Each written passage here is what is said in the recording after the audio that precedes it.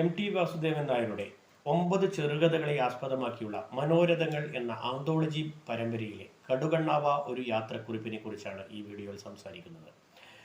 രഞ്ജിത്ത് സംവിധാനം ചെയ്ത മമ്മൂട്ടി അഭിനയിച്ച കടുകണ്ണാവ ഒരു യാത്രക്കുറിപ്പ് മനുഷ്യവികാരങ്ങളുടെയും കുറ്റബോധത്തിൻ്റെയും വീണ്ടെടുപ്പിൻ്റെയും സങ്കീർണതകളിലേക്ക് ആഴ്ന്നിറങ്ങുന്ന ഹൃദയസ്പർശിയായ ചിത്രം. കടുകണ്ണാവ ഒരു യാത്രക്കുറിപ്പ്. വേണുഗോപാൽ മമ്മൂട്ടി അവതരിപ്പിക്കുന്ന കഥാപാത്രം.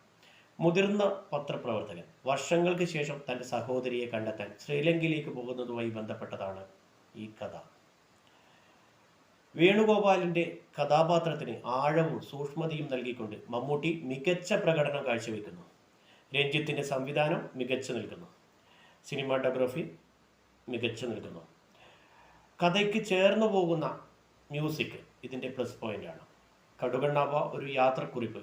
മമ്മൂട്ടിയുടെ പ്രകടനവും രഞ്ജിത്തിൻ്റെ സംവിധാന മികവും അടങ്ങിയ ഈ സിനിമ എനിക്കിഷ്ടപ്പെട്ടു.